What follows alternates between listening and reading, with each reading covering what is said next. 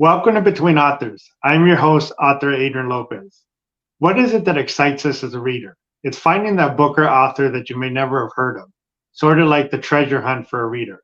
The goal from my podcast is to bring to you those books or authors that you may never have found, but may be the treasure you've been hunting for all along. Today on episode 41, I bring to you author DD Mora. We're going to go over a little bit more about who she is, what she's published, what she's working on, and maybe what her plans are for the future. Welcome to the show, Dee. Hi, nice to be here. Happy to have you here today. Great. I want you to introduce yourself to the viewers.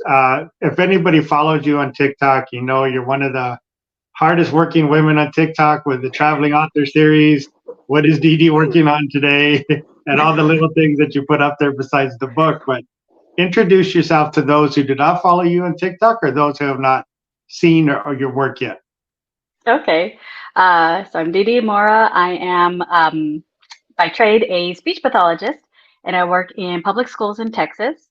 And my book actually came as a therapy activity that I was doing.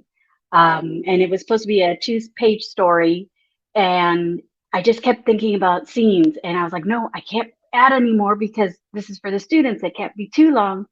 And so, but I kept on wanting to add scenes. And then finally one day I looked at my husband, I'm like, I could write a whole book on this. And he's like, go for it. So I said, okay. So at that time, my oldest was 2 when I first started with those stories and first started writing the first book. And now he's 9, going on 10 later this year. And I have a 3-year-old who's going to be 4 next month. And we live in Texas and still speech pathologist in the public schools and aspiring indie author on the side whenever that's available. Yeah, I know. Time is usually an issue for most of us when we're doing writing, reading, editing, any of the stuff. Mm-hmm.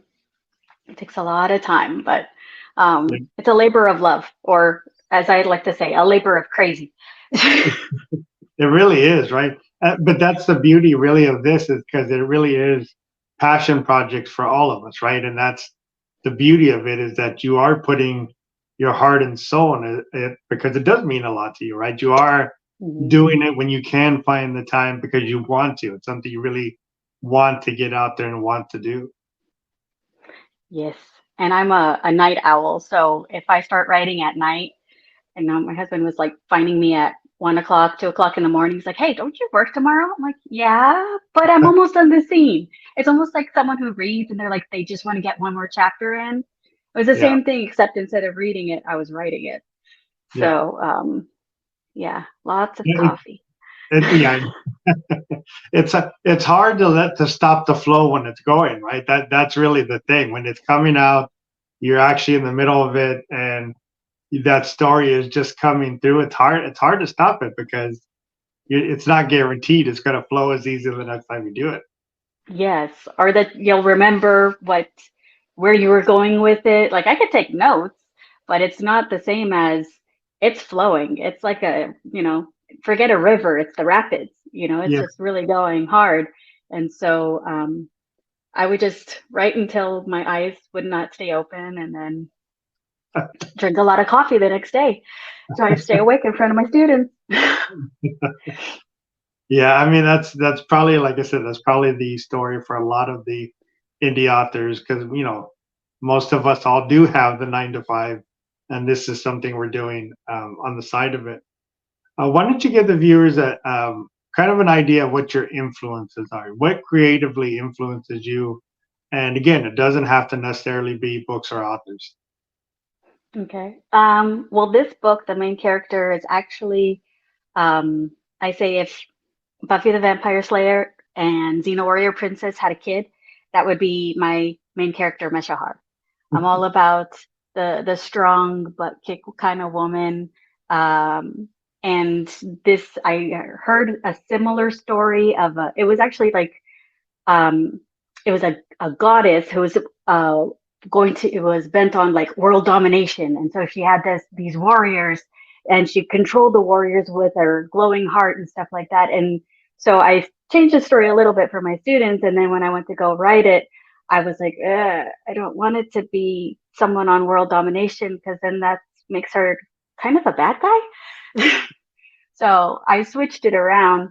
And as I was writing it, I was really into it's another indie author. Her name is Elizabeth Hunter, and she's got some awesome different series.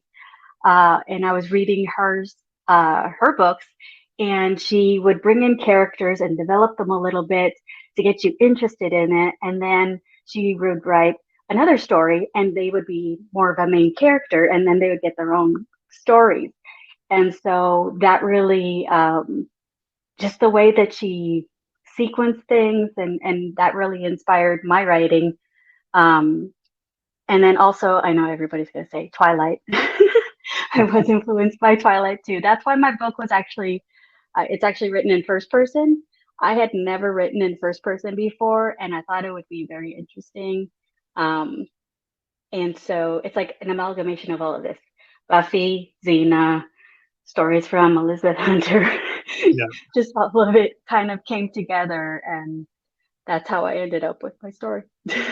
Yeah, and then again, that's really the beauty again of being an indie author is that you do pull from all those influences that you may not even really think of sometimes, but things you've seen, things you've enjoyed, things you've watched, heard, and that's what makes your story, your voice unique is because of that combination of stuff that you really enjoyed. Definitely. And this is definitely a combination of a lot of things.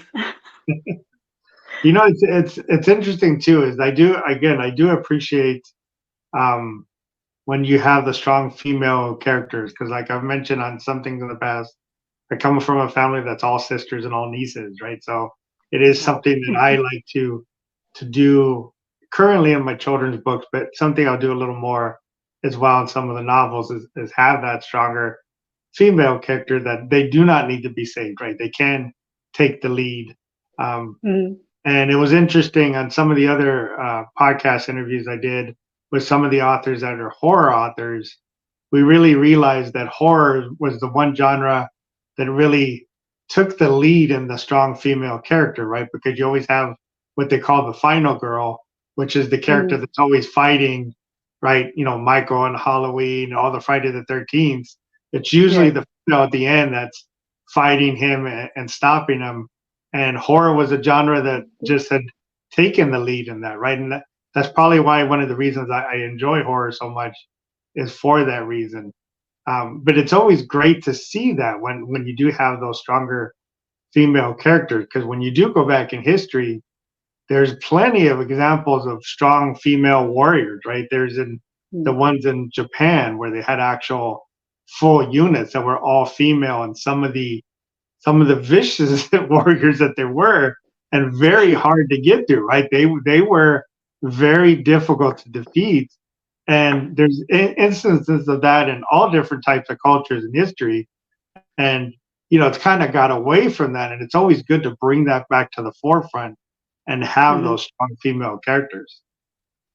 Yeah, I think it's really fun, and she is um I had fun with it. It was fun and it was hard at the same time because I was trying to show that she was all strong and she was um she knew a lot of military stuff, but then you put her in what they would consider daily life at that Mhm. time because it's my book is technically historical. I don't think of it like that because I feel like I live there a lot.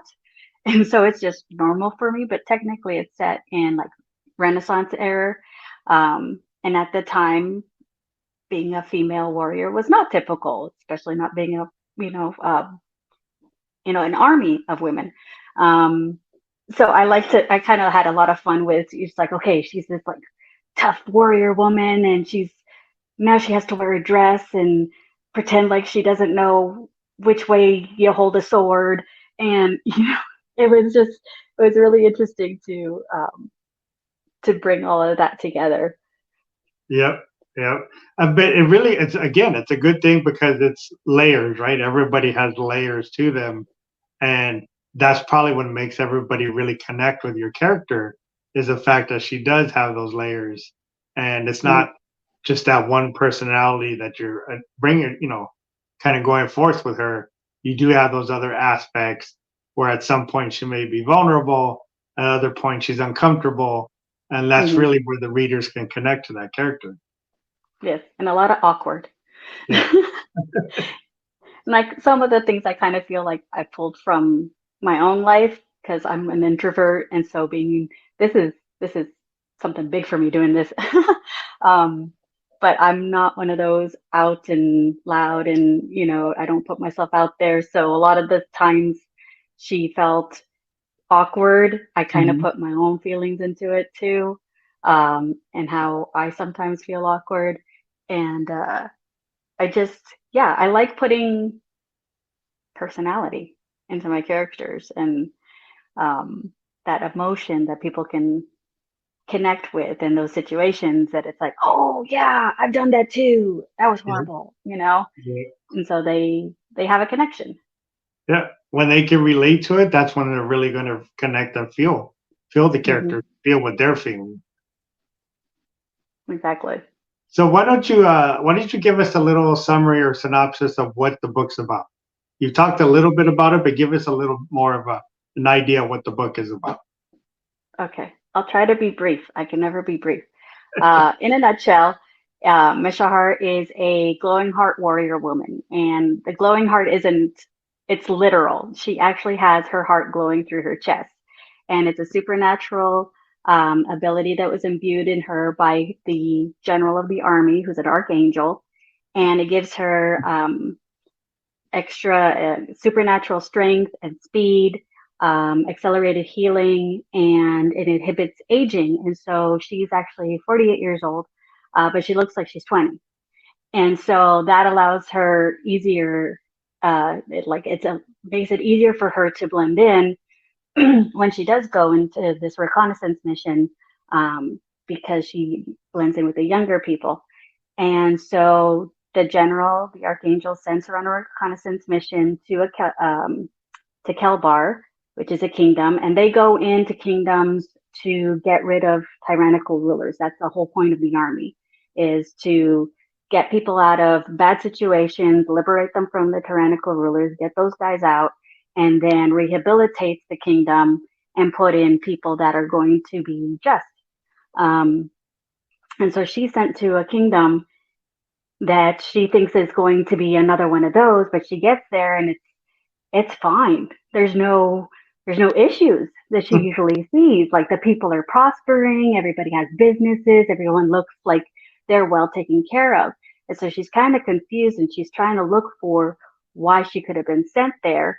And as she's looking around, she suddenly gets this guy who she catches his eye and he starts following her around, and then he turns into her tour guide, and then it kind of like progresses from there of this connection she felt with him immediately, and then also trying to figure out why she's even there. Um, and at first, she tries to hide the fact that she had a glowing heart and that she was a warrior. So there's like some funny parts where um, she's like, she would have, instead of, how to explain it? She was showing her warrior side and then realized she wasn't supposed to. And so she tried to cover it, kind of thing. So there's a couple little scenes like that, um, and it's just fun. And so it's that sort of, so you're kind of unraveling a little bit of the mystery of why the archangel sent her, and then there's also that she doesn't know what's going on with her and the male character who his name is Omeron.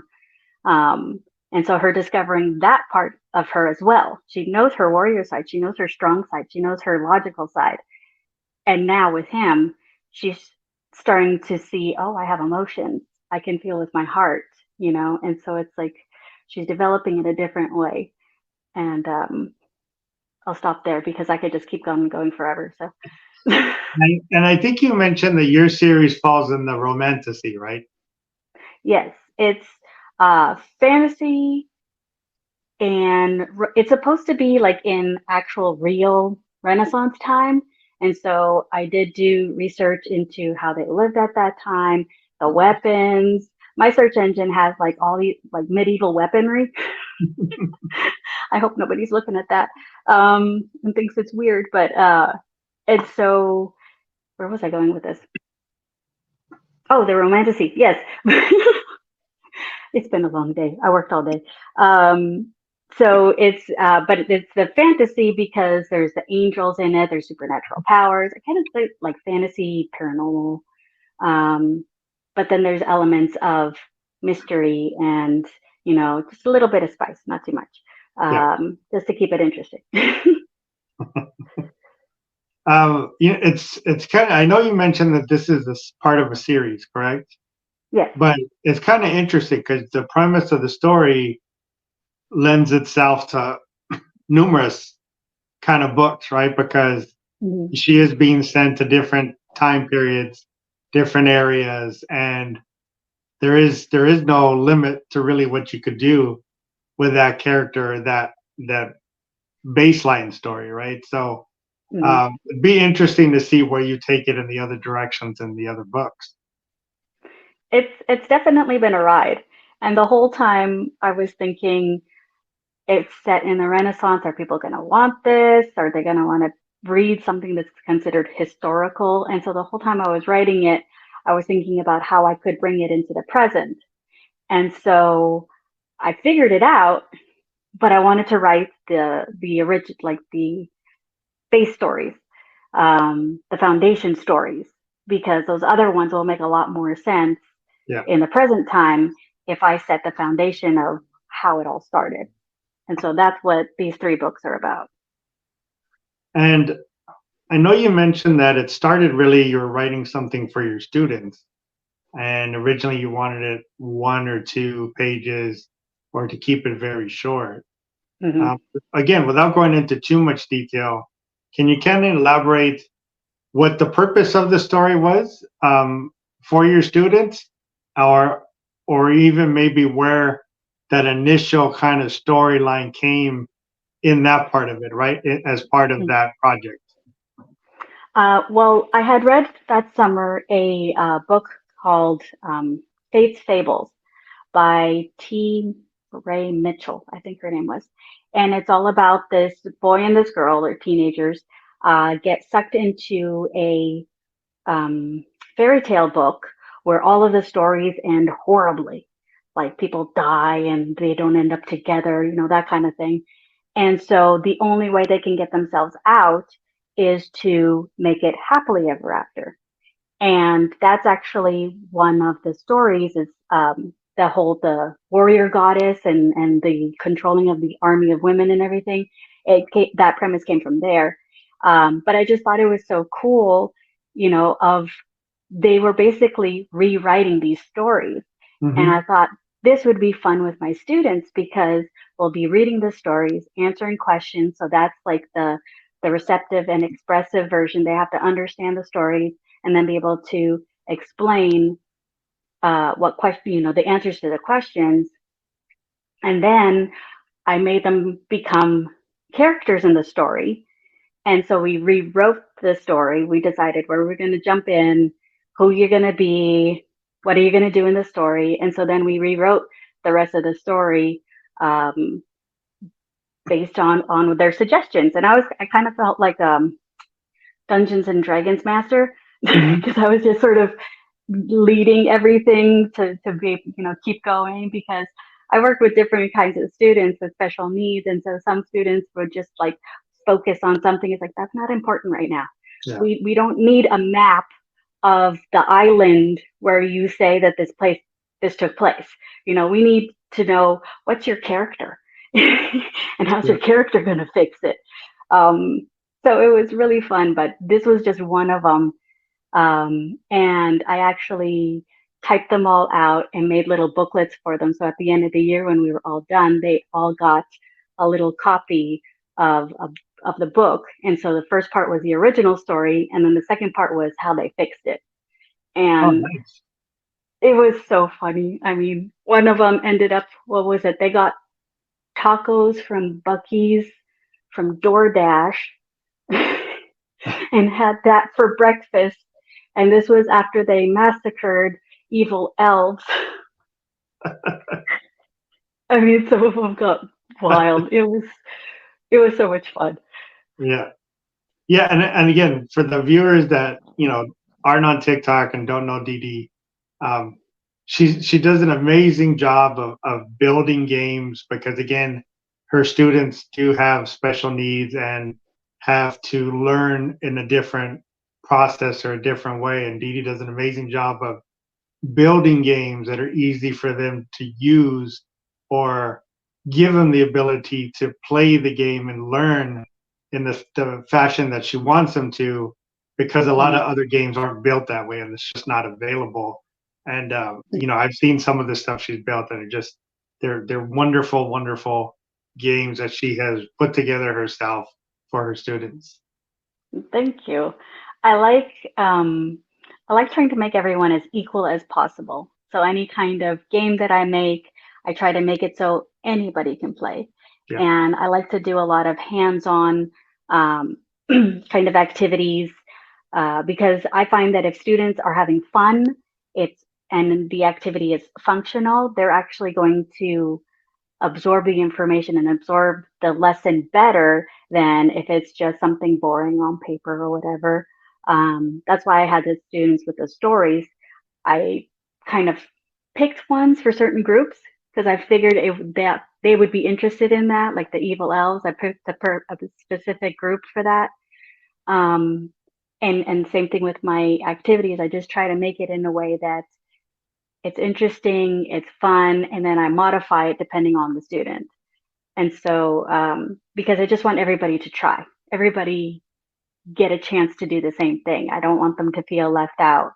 Because I saw what that would do to some kids, and it hurts. It hurts for them, and it hurts to see that yeah, they can't participate because of a cognitive issue or a physical issue. Um, and a lot of times when these kids who are usually everything's done for them, and I'm like, no, you have to help me do it. You're gonna do, even if it's just pick up this bead, put it over here.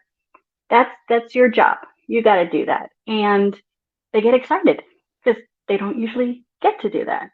yeah. And so it's just that whole wanting everybody to be the same. I don't know why I'm so like hell bent on that, but But that's what drives it's me.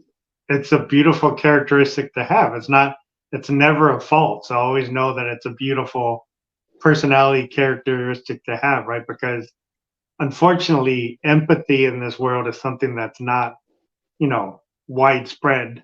It's just not. Yeah.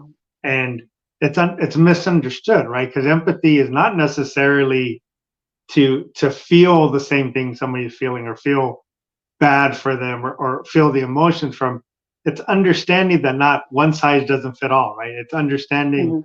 that it's not the same for everybody, and you have to, there's some children learn at a different rate, right? Like you said, you do Mhm. have some that have cognitive issues or maybe have a physical hindrance that Mhm. holds them back, but then you have some that just maybe learn at a different pace, and there's far too many cases where none of that is taken into account, right? It's not taken into Mhm. consideration, and those students fall behind or just get pushed aside because they're not keeping up, right? And Mhm. that's a big problem everywhere, right? There's just that part of the human personality is just not there anymore. There's just not enough of that in the world to understand. So when you do have it like that, it's something to nourish and cherish because it does mean a lot to those students. It does mean a lot to anybody out there when somebody's willing to go that little extra to say,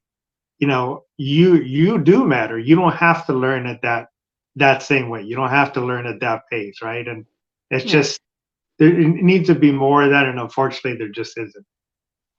Yeah. I mean, I work in special education, so you can tell who's there for the kids and who's there for the paycheck. Yeah, And it makes me really sad when they're there for the paycheck because it's the kids who they're supposed to be helping miss out. But I yeah, know a lot of really good teachers and other speech therapists and different kinds of like the different staff in the schools um, I'm fortunate enough to be at a school where I feel there's a lot of them, Yeah. and I've been at the different schools that I've been at, I felt like there was a lot of that. There's more of those people because it's hard work. I mean, we work hard for having our summers off in Yeah. education, like everybody, not just special ed. And, but we do it because we want to. And those who have the heart for it are the ones that do stay for a really long time. And it shows in their experience, and then it shows in their heart and how they deal with the students.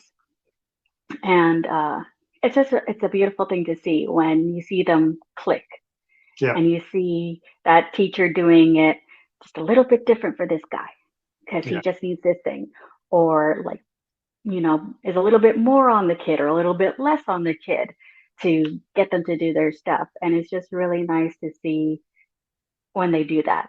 It's like they know them, they understand how they are learning, and they adjust. And it's extra work most of the time, but they do it because they want that kid to succeed. Yeah. Yeah. It is a beautiful thing when you do see it. Like you said, it's unfortunately, I don't care what profession it is or what industry. A lot of bad seeds in almost everything, unfortunately. But when you do Yeah, find the good ones, when you do see the good ones, it's always, it's great to see the ones that actually take it to heart and really put their heart and soul into wanting to do it better, right? Wanting to do it the right way. right. And unfortunately, it's the bad seeds that get the attention. Yeah, And the ones that are doing an amazing job, they're just, in the background somewhere. yeah. So I wish there Working. was a way to show the bad, the good seeds and to put the bad seeds away or something. Yeah, I mean, it would be, when you highlight that part of it, then maybe that leads to more of that, right? When you Hmm. highlight, unfortunately, the bad parts of it, then it doesn't get necessarily generalized, but it's too much of that in the forefront, right? You do Yeah. get a lot of that where more people talk about that than, like you said, the ones that are doing everything they possibly can, right? The teachers that are putting their own money when they don't get paid that great to begin with, their own money to buy their own supplies because the school board's not giving them enough, right? Or buying Hmm. stuff for the students so they can learn certain ways because again, it's not supplied to them, and there's just never enough of that talked about. There's never enough of that Yes. really mentioned, unfortunately. Yeah. And it's there. Um, I hope we can show it more often and Yeah, people will pay attention more to that than those few that are, like you said, bad seeds, yeah. giving the rest of us a bad rap. No, I agree. I know I took you a little away from your book for a second, but let's Oh go no, back that's to okay. talking about your book. I could talk about my day job all the time. No. It comes And, out and like. and I think I mentioned that I originally did plan on being a math teacher, and then I had switched, but it Hmm. was a direction I had thought about going down because I love teaching, right? I love Hmm. even now and everything I do. I love teaching. I love being able to show somebody something they didn't know or to explain Hmm. it to them so they understand. I still love that, right? It's just something Yeah. in me where I love doing that. So Hmm. I do appreciate that, and I we could probably talk about that forever too. But I do want to put the focus right now on your book. So going Okay. back to your book, um, do you have a favorite scene in the book? And it could be the scene itself, or it could be how the scene came together. um, a favorite scene. Well, it's one of the funnier ones. I think so. So it's the when they first meet, like actually meet. And so she's trying to find information in Kelbar. So she's going around, snooping around, trying to be inconspicuous. And she has all these extra senses. So she knows when she's being watched and she knows when she's being followed. And she starts getting that feeling. And she keeps looking around and she can never find who's tracking her. which is odd for her because she actually, in addition to the glowing heart and all that gives, she's got wolf senses and eagle senses. So her vision is like eagle eyes, and her eyes are actually golden like that. And then she also has the sense of smell and the sense of hearing. So she's a really good tracker. That's the whole point of having the animal senses. And so she can't find him. And then finally she does, and she picks up on his scent. And so she knows it's the same guy following her all the time. And then she's like, I gotta lose him. I'm going to scare him off, is basically what she thinks. So she goes out of the kingdom down the road to the forest, heading towards the forest. And he follows her, and she's like, oh, dumbass. But she doesn't say it like that. But so she goes, and then he's following her, and then they get to some wooded area. She jumps into a tree because she's really strong, so she can actually like put enough energy into her legs to jump 15 feet in the air. So she jumps up into a tree, and then he's looking around. He can't find her. She drops down behind him with a knife to his neck. And so she's like, why are you following me? And then he's like, oh, don't you know that it's dangerous to follow a stranger into the woods? And then he says, I didn't think I'd be in danger following a woman. And so that made her mad. That made her really mad. And the line that I love is, well, soon he'd find out that some women arm themselves with daggers instead of frying pans. And so she turns him around, and she's going to like hurt him to scare him off. And he just like made her so mad.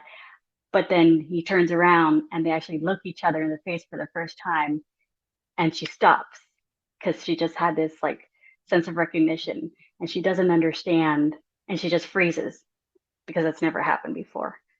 And so it's potentially starts off as dangerous, and then it ends with this, I don't know what to do with you, so just go away, leave me alone, and then he leaves reluctantly, but then he doesn't actually go away. And the story continues from there. Yeah, it's a good, it sounds like a good, start for when you have that character interaction between the two as you were explaining it earlier. So it does sound like the perfect scene that kind of leads to, more of the interactions later on down the line in the story. Yeah, and it all starts from there, and then that's when she starts the feelings, and she's like, I'm not a feeling person. It's all in my head. I don't feel stuff. And so so she doesn't understand this connection she feels like she has, this recognition. And it takes her a while to get it, but she eventually gets there. But I always think it's funny because it's like, oh, how did you meet? Oh, she held a dagger to my neck. That sounds like the normal meet and greet kind of thing, right? Yeah. Probably in the Renaissance, that might be the normal meet and greet. So that's my favorite. On the opposite end of that, did you have a hard scene? And that scene could be, again, as it came together, or just, a scene that was maybe hard to write for some reason. I can't think of any particular one. I know that throughout the book, because it was a challenge and I was challenging myself to write in first person, that was the tricky thing. To constantly remember, because in third person, you can jump from point of view. Oh, this person did this because they thought that. And then that other person reacted like this because of this other thing.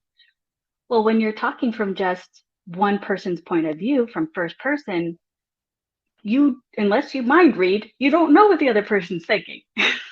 And so I had to stop myself and rewrite things. It's like, she wouldn't know that. She can't read his mind, So that's the thing that I found tricky throughout the entire book, was just remembering she can't read his mind. She doesn't know everything about him. And she's just going by what she's seeing and how she's interpreting it herself. And so it was fun and annoying at the same time. It's like, no, I want to show what he's thinking. But that gets we find out later about what he was actually thinking. So, because he tells her later. So that was the way I rectified that. Are you going to stay in that point of view throughout the series, or you may change it up in the other books? Well, the first three, the foundation stories, are going to be from Meshahar's point of view. Um, and I think, like we've talked about this before, those side characters that Yeah. make themselves like just more present, and that Yeah. they seem to like want their own stories. I have a couple of those plans. Some characters just became bigger than I had expected. And then, kind of like with this story, I just, oh, and this thing can happen to them, and this thing can happen to them, and this thing. And then all of a sudden, I have like 4 pages of notes for a side character that I just, gave a name out of nowhere and Yeah. that kind of They thing. they So, take a um, life of their own, don't they? I know it's crazy. So those stories, if I actually do get a chance to get to um, those would be from one person's point of view too. I kind of like it having that one person's point of view because it gives way to a lot of later, oh, that's why he did that. And I'm one of those people. I know a lot of people aren't like that, but I love rereading books. It's kind of like watching your favorite movie over and over again. And so I love it when, and Elizabeth Hunter's really good at this, where she puts in these little nuggets and then you don't get it until later. But Hmm. sometimes I don't remember the nuggets. So then when I go and I reread it, I'm like, oh my God, it's right there. Yeah. That thing was right in front of their face and they didn't even realize it until 10 chapters later. And so I like that where it's like she's thinking, okay, he's thinking something, I don't know what, and he's acting in a weird way. And then you find out, well, maybe not 10 chapters later, but you find out later what it's about. So I find that fun. Yeah, it's interesting. There's a couple other authors on here that were talking about that, and um, I wrote mine much less descriptive than most authors write stories, right? And it was something I wanted to try to do because, again, I love and they're beautiful when it's all descriptive, but a lot of times I feel like you don't need the 2 pages of explaining what that area looked like, because sometimes I feel it may take away from the actual scene that you want to Mm, get to, right? And yes. I wanted to pull that back a little because kind of like what you were saying, how you like those little nuggets to go back and reread, right? And Hmm. there's other readers that love the same thing, right? You're not alone in that. And I kept thinking, okay, as much as I appreciate it when it's very descriptive, a lot of times I kind of hope it wasn't, right? Because I was like, I want to get to the scene because the scene I know is important. And okay, I'm fine. I'd rather imagine more what that area looks like, right? Rather Hmm. than you basically painting the picture for me. So I consciously, purposely didn't over describe a lot of stuff. It's descriptive, but I didn't over describe it. I let it to Right. your imagination of what that would look like. I gave you enough for you to do it, but Right. not to really go into detail. And a couple of the other authors were saying they kind of did the same thing. They felt the same way that when they read, they want to get to that spot. And it's really a good point because it really goes back to what you were saying is that if it's something you truly enjoy and you like, there's others that like the same, right? And it's good when you lean towards that because there is other audiences that are like that. And the fact that you went and said, I really enjoy this, so I wanted to do and write in this way, Hmm. really opens yourself to an audience that's there and looking for this, but may not find as much of it as they would like.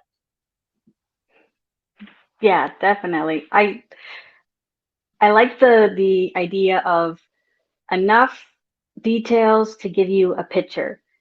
I don't know if it's because of what I do as a speech therapist, but I am very descriptive. But when Yeah. I'm reading, I like to be able to come up with some of the stuff myself. You know, I don't need to know exactly his nose was crooked and the right eye was a little, I don't know. You know, I don't need that kind of detail. Just say he was rugged. I don't know.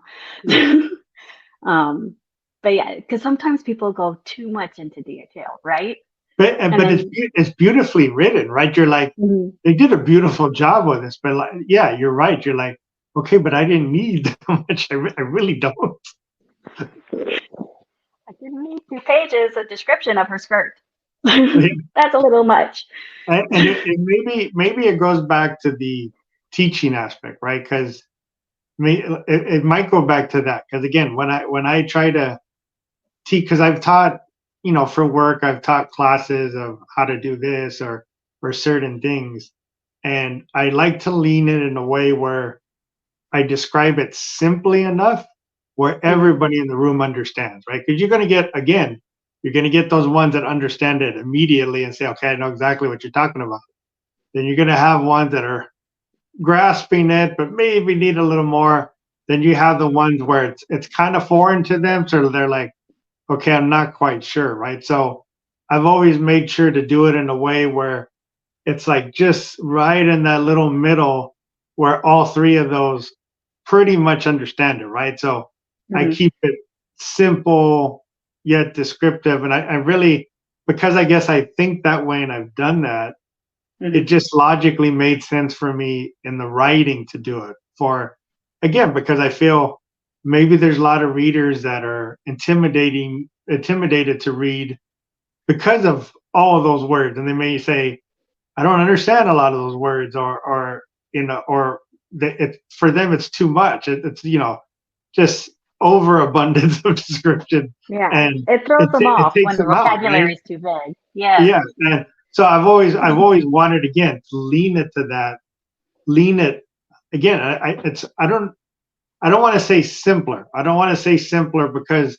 it is descriptive. It is giving Mhm. you what it's there, but not overloading it, right? And You're giving letting the the reader, basics.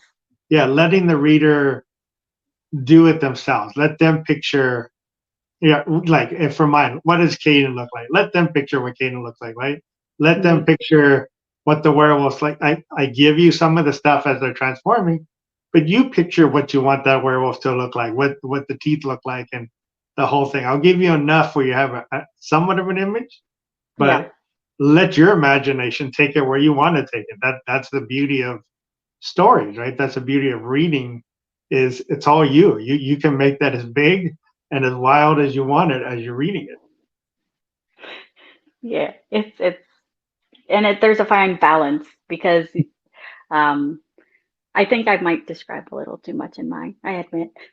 Sometimes it's like I want to tell you every little bit about it, and then sometimes, it's just I don't have a lot of description. It's just a little that part. Well, It's yeah, it's but but then that's why you edit, right? Because yeah, then you go back and then you look. It's like, maybe I need to get a tiny bit more there, and oh, I need to get rid of a lot there, and but um, really in fantasy, right?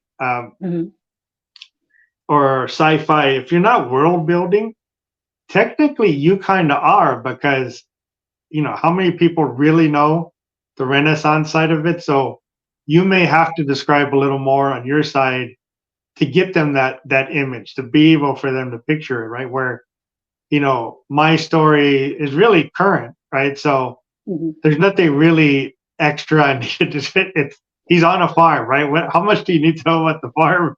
There's animals, there's the fence that's keeping them in.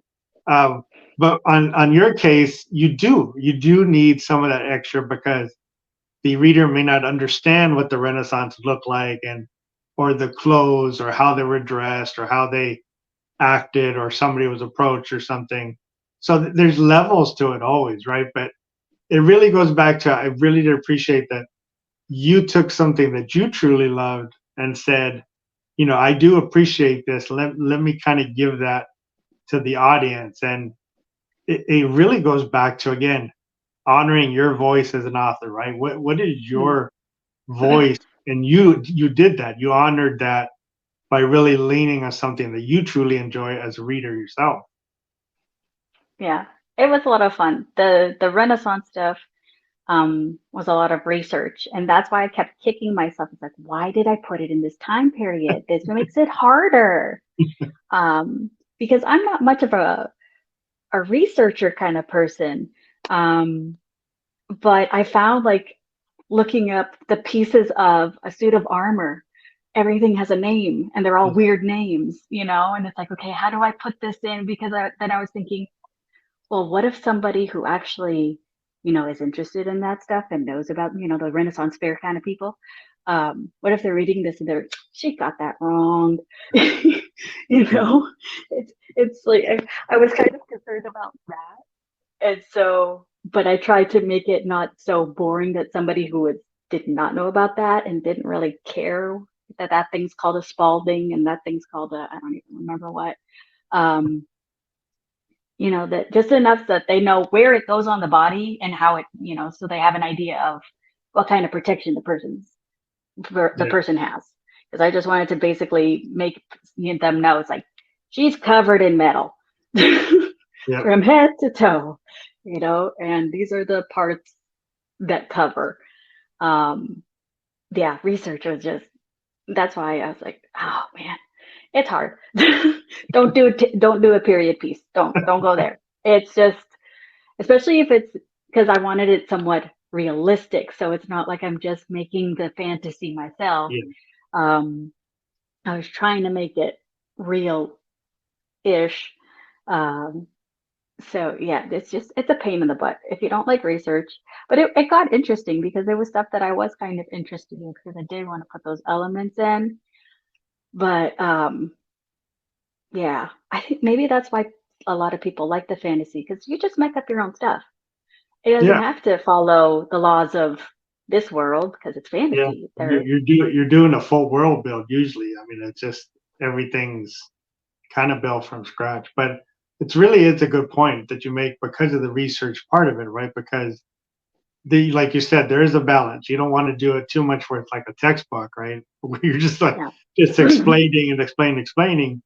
But at the same time, there are people out there that are really into that, and they will 100% guaranteed find the mistakes you made or the ones that you didn't understand.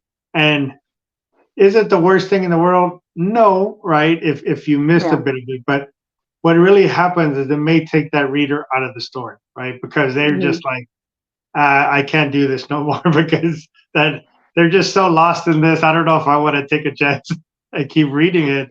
And you would hate to do that, right? So that's why the research is so important. Where if you're not something that you really kind of really know, just be able to get it, because that person will find it. It just so happened to, let me check out this book, and they've been doing the Renaissance Fair for the last 20 years, and they're like, well, wait a minute, all of this is wrong, right? And it would just throw them completely off of the story.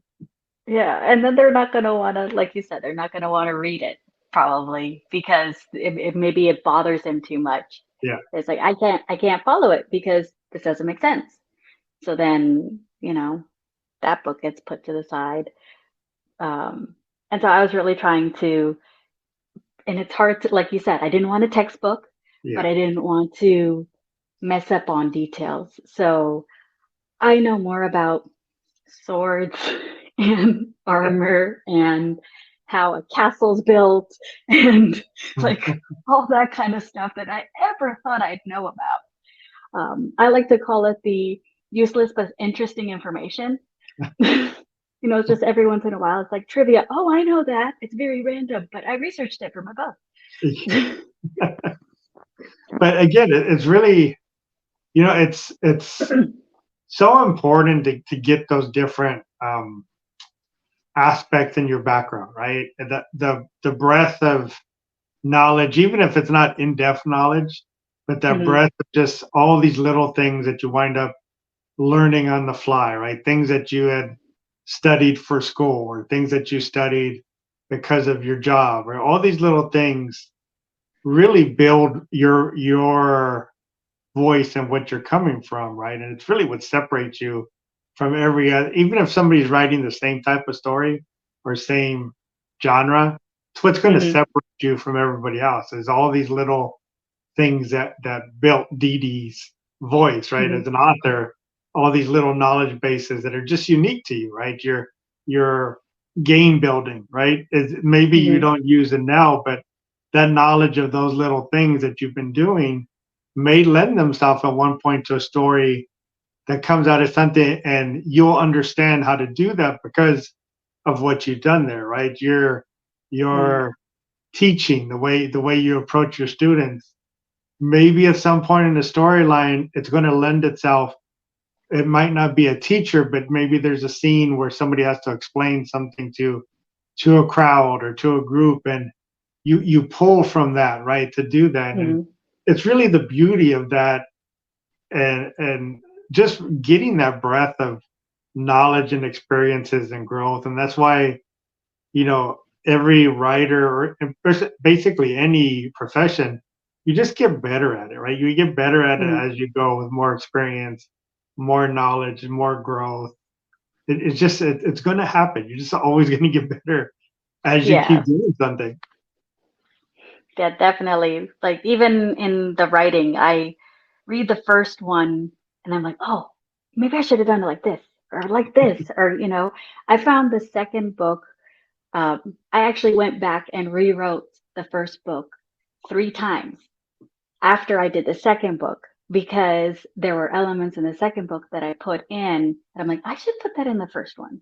I don't think, that thing didn't make sense the way I wrote it. So I should go back. And so I really did like rewrite it 3 times, putting in descriptions, taking out descriptions, just, um, it's just, yeah, but you do get better and better, as you go because, I love my first book, but I really love the second one because it just like, it's like this is the foundation, and then the other ones, it's like the fun.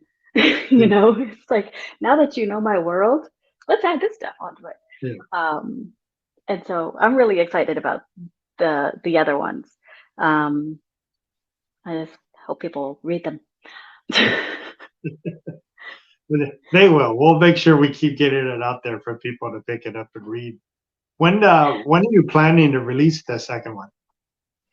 The second one, it's been pushed back. I don't know how many times, but I'm giving myself a deadline by this summer. So then I won't have like distraction of work, and hope to get my kids into some activities so I can actually focus and sit. Because I've been editing the second one for at least a year, but that's because I start and I go, go, go, go, go, and then I have to stop.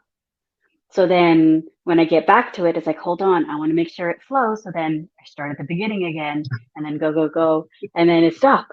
So it's like, oh, I just did 20 chapters and I don't remember. So now I have to go back to the beginning again. And so the first 20 chapters of the second book are going to be like perfect. Yeah, and But but really, that's the difficulty of being self-published, right? An indie author, because again, you're doing this when you have the time, when you have the Mhm. moment, when you have a break to be able to sit there. And those are the challenges, right? Those are the challenges that are going to pop up because you can't give your full effort and say, I'm going to edit this all at one shot. You just can't, right? You can't do it. And like you said, you got all these other things that are going on, daily life, work, everything. And there's no way you're going to remember, like you said, those 20 chapters you read, to know that you're carrying the same, you know, pace or whatever you had going on in the story. You are going to Yeah. have to go, man, I got to go back and read this again, because you need to know that it's following the right progression and the right pace as you're doing it. And it's difficult, right? It's not easy. Yeah. Because last time I was able to do it was, gosh, it's been at like 2 months since I've edited anything in that. Oh, yeah, I'm starting back at chapter 1. Oh man. So, But like I so said, those first 20 chapters are gonna be like They're gold. Things are Yeah. just, I don't know about the rest of the book, but those first 20. Oh my gosh. so let's say so basically, usually I like to ask, what are you currently working on? We know chapter 1 through 20 is what you're currently working on, but we know technically you're working on the series of 4 books, I believe, right? Right now, four books in the story. The original is 3, 3. and then I have like 3 or 4 of those side characters that are begging for their own story. And then how when I was writing the first one, that's when I figured out how to bring it to the present time, so then I wouldn't have to do so much research about what happened and all that old stuff. And so then that's another character, and it's another 3 books, but that's in like the present time. So those in between books are kind of I'm trying to span them, like figure out how to span them between when this one was written and present. So Yeah. I've got like 500 years to span. So I'm not sure. I mean, because the sky's the limit on how many characters to bring in. She has a whole army, Yeah. There's a lot of people in the And army. you don't really have any boundaries in terms of timeline or periods or anything. It's really wide. I mean, it's kind of brilliant because it really is wide open, and you could probably write forever in the world, right? Mm-hmm. But keep it fresh because it's always different stories and different experiences, but still be in the original world. So it really is kind of Yeah. brilliant. You kind of open yourself to never run out of material, really. Oh, and the ideas just keep coming, and then I don't have time to do them. It's just that gets frustrating after a while, but I just have to like remind myself, it's like, hey, this is supposed to be fun, Yeah.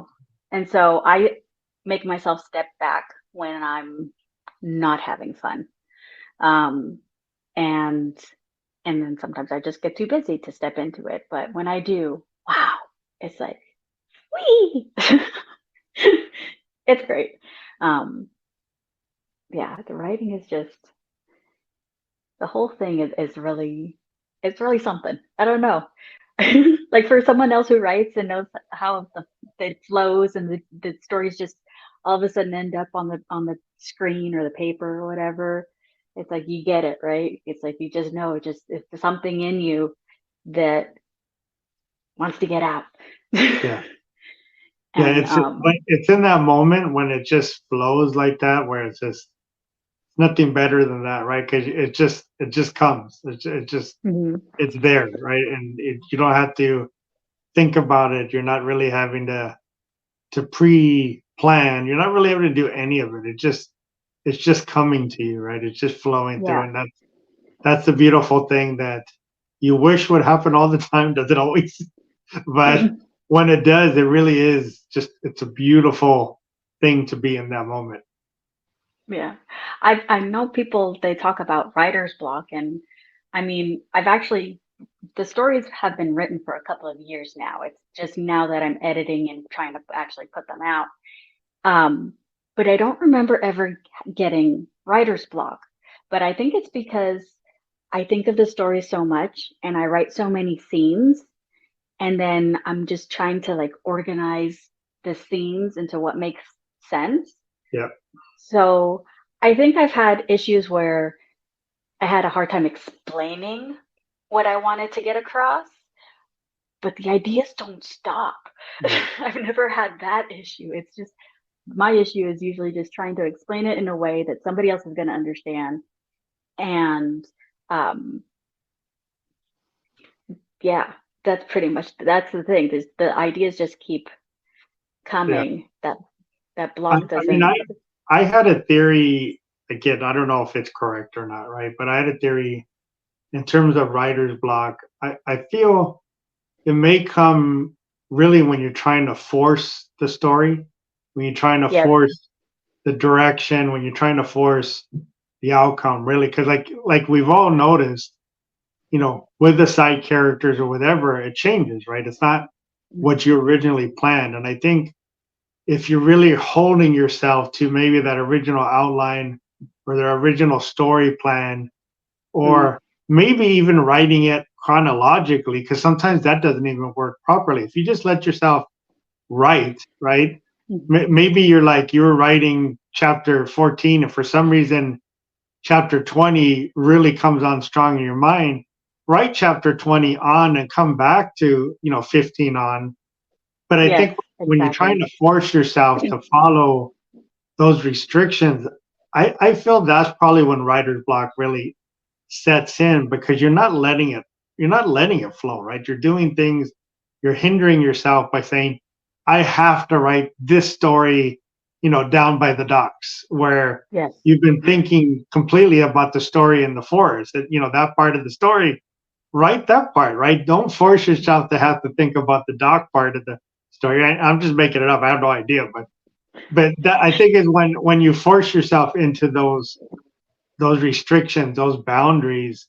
I think that's when really the writer's block comes, because you're not letting it just come. You're trying to make the story happen, and I think that's when it just shuts down on you, right? Just it's not wanting to come out. Where there's I was talking to somebody else, which I've never heard this term, and she was saying that she found out that she was a mood reader, right? And she had never heard of the term. And Okay. basically, I've she heard that said, one too. yeah, basically, say you're reading a book, but then you start getting, a lot of people say, they are burnt out reading or something. They need a small break.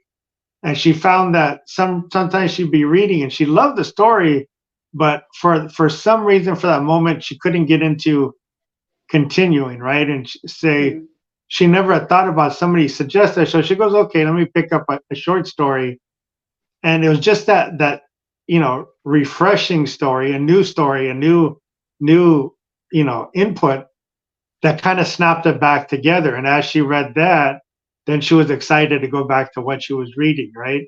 And they're using the term mood reader because you're kind of in and out of a thing, but it Mm. really goes back to that. When you're trying to force that, and if you're not feeling it, it's not coming to you, don't force it, because if you're doing something Hmm. forced, one, it's not going to be good, right? Because No. it's really not, you're not putting it what you really, your normal all into it. Yeah. But take yourself out of it, right? Don't struggle through it, and even go write yourself a little 500 word short story of you're traveling of the sky as you're driving. Just, but it takes you out of that moment for a second, let your mind kind of clear, reset itself. And I really think, and again, I'm not saying I'm correct, but I really think writer's block is really forcing that subject, right? Trying to force your original outline, your original plot, or, Yes. maybe even chronologically, I have to write it this way. And I think that's when you come up against those walls that kind of just really stop you in your tracks sometimes. Yes. I totally agree that I feel like that's you're trying to force something that's not there. And I have done it before where I just got to one of those scenes where I couldn't figure out how to explain it. And so it was driving me nuts. And I knew that if I just kept staring at it, it wasn't going to come out. And so, but I had been having thoughts about another scene like later in the book or fixing something before. And so I just went there. And then I pretty much left that chapter for the last. But then it was easier because it was tying everything that came before and after. And so then that's when it was flowing. And then that's Yeah. when I could actually get that scene out. So yeah, it's the flow. Um and just but I oh man. I'm trying to figure out if when I finish this one, if I do want to jump to the present day, and I've been struggling with this, if I want to jump to the present day spin-off or if I want to do those other people, in between. And I'm one of those people that does like chronological stuff. And so just at least for the books, I'd like to write it in sequential order. But I'm so excited about the new one. And actually bringing it into a time where I don't have to do a crap load of research. Um, that, but I don't know how that works. Like, because then I don't know. Because would that give away too much of the middle stories, Well, or? honestly, what you could do is write those side stories, right?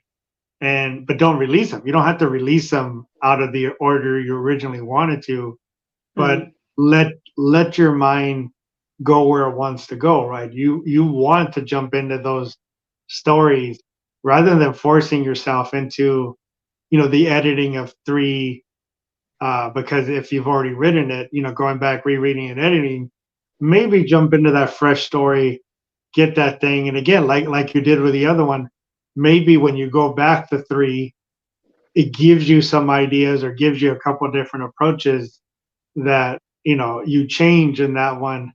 But again, it's giving you that little bit of a break from Mhm. it. It may just be the little spark you need, right? That really gets you back in that groove again. But I've always felt, and I always truly believe, always honor your heart and soul. If your heart and soul is telling you, I want to write this the newer present time, listen to it, right? Go that Mhm. direction, do it.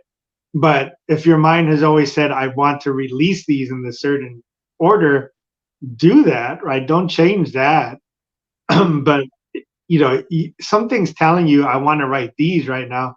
Do that, right? Go do that, because maybe that's the story you need to go to really build that out.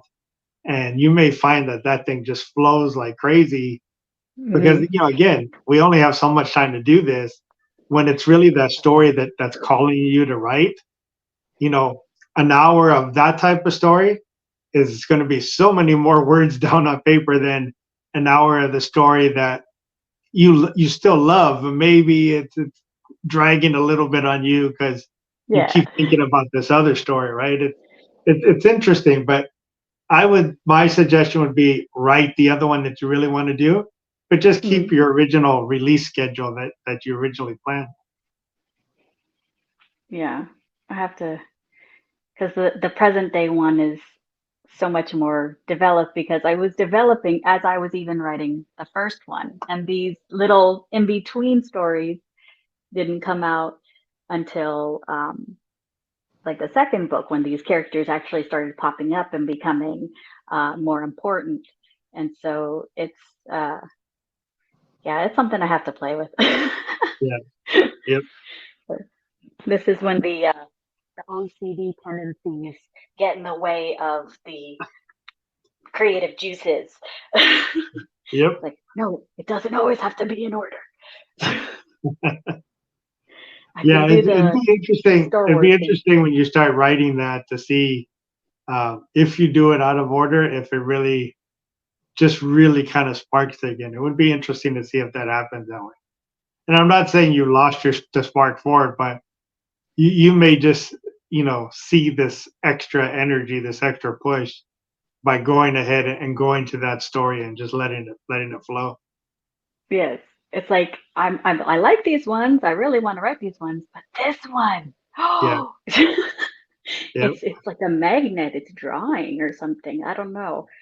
I'm probably gonna end up doing that, just jumping the 500 years, and then just hope I don't give enough away, like too much away, that the other stories, um, like people wouldn't be interested in reading them because it's like, oh, I already know how to what happens, because I read the later ones. That's the thing that sticks in my head. It's like, well, I don't want to give it away. Well, So, but you never know if you write the newer ones, right, the present ones, it may change the way you mention or introduce things in the older ones, so you don't really give it away, right? You may go back and say, okay, well, since I did this, let me change this a little. So you're technically not giving it away anymore, or you do it in a way where it's not clear, right? It's not really, mhm, it could go either way. So you're not technically giving it away. They're still not sure, even though they've read the present time one. right. It's like give them enough to kind of understand, but don't give them the background, I Yeah. guess. Yeah. and so presented in such a way that they want to learn the background. I guess that's where prequels come in. Yep. It's like, oh, I want to explain this thing now because that sounded interesting. But yeah, that whole giving away thing it's why, because I've been reading, marketing stuff and whatever, and they say start marketing the next book way in advance from release date. And so I've been thinking about that, but I'm like, how do I not give away the first story and the whoa ending that I have at the like this big twist close to the end? How do I not give that away and still market it? So it's a It's yeah. difficult. It's difficult when it's a series, right? When you're in Mhm. within a series, how much can you say? That's the problem. You can only say so much. I mean, luckily my books are different, so that's why you see me popping all the zombie stuff like crazy because I was like, let me just get it out there. So it's out there that it's coming. But luckily, I don't have that issue, right? There's nothing I'm giving away from the book because there it is no part two of anything, right? So it does put you in a difficult position to market without giving away too much of what that story is or letting them know too much what direction it's heading. Yeah, because yeah, it's that big surprise. I don't want to give away the surprise, and I Yeah, feel like if I tell too much about the second one, that whoever it's like they're not there in this first one, so it gives the surprise away. yeah, So yeah. I still have to figure out how that will gonna work. And then the other issue is always you are excited about it, right? So you try to always hold yourself back. Well, wait a minute, I can't talk about this, but you're like, I really want people to know this because it's so interesting and it's really great part of the book, but you're like, I can't really talk about that yet. It's Yeah. too early to let that go. But that's also the challenges with marketing and trying to sell this stuff is that balance of what to give out, what not to give out in the story. Yes, yes, that was always tricky because I don't think I gave out a lot of information about him and how they met. I wasn't doing that at first because I was like, I don't want to give it away. But then I realized, well, you gotta give the people something. You gotta give a couple of details. And I've seen where Yeah, people will give like a random scene in the middle of the book that's really interesting, but you don't know the context yet. But then as you read it, it's like, oh, it's coming to that scene, yeah, So it's like, but which scene do you give away? yeah. That, yeah, that's the challenge is figuring out which one or right or making sure you save the major twists in the story and maybe you give a smaller one away that's not really giving away too much. It's hard, right? You really got Yes, to figure out how much do I give? Well, what is that little leash I give out where I'm pulling them in, but I'm not really pulling them all the way in where they're like, okay, I already know what happened. yes, exactly. Because I mean, at first I wasn't mentioning that um, she he didn't know that she had a glowing heart, and that in his kingdom they think the glowing heart, the warrior women, is a myth, it's a legend, and so. But then I was saying that later he finds out, But it's like, but you gotta you have to give something, And so that was a piece of information that I didn't want to give out. But then I realized, no, I should give out because then people might wonder, well, how did he find out? Yeah, At least because that's what I'm because hoping. because if you don't pull them in to read the story, they're never going to find out anyway, right? So you got to do something That to is get true. them in to read it. Yes. And then it's like, oh, so how does he treat her after he finds out as opposed to before? Or what Yeah, can she then show it? Because she's hiding a lot of herself when she's trying to be a typical woman, as she calls it in the book. She calls it because she's a person. Um, but it's so funny how they become real to us, isn't it? But yeah, it's just the whole she's pretending to be typical. Now since she's not hiding it, what can she show him? And how is he gonna respond? Yeah. because a lot of times guys don't like it when the girls are stronger. At least, Yeah. and in that time period, I feel like that would be accurate, especially Yeah. in that time period. Yeah. Yeah. That time period it definitely would lean in that direction. I mean, unfortunately, there's a lot of them challenged now when there is a female character that's stronger than them still, right? Hmm. But yeah, I mean, honestly, I love this conversation, Dee Dee. I love finding out more about your book and what you're writing, what you have coming up. Just want to remind the viewers that I will have all of Dee Dee's links down below for her books, websites, socials, whatever she wants to list down there for you to be able to find her. And if you have comments for either Dee Dee or myself, please leave them below.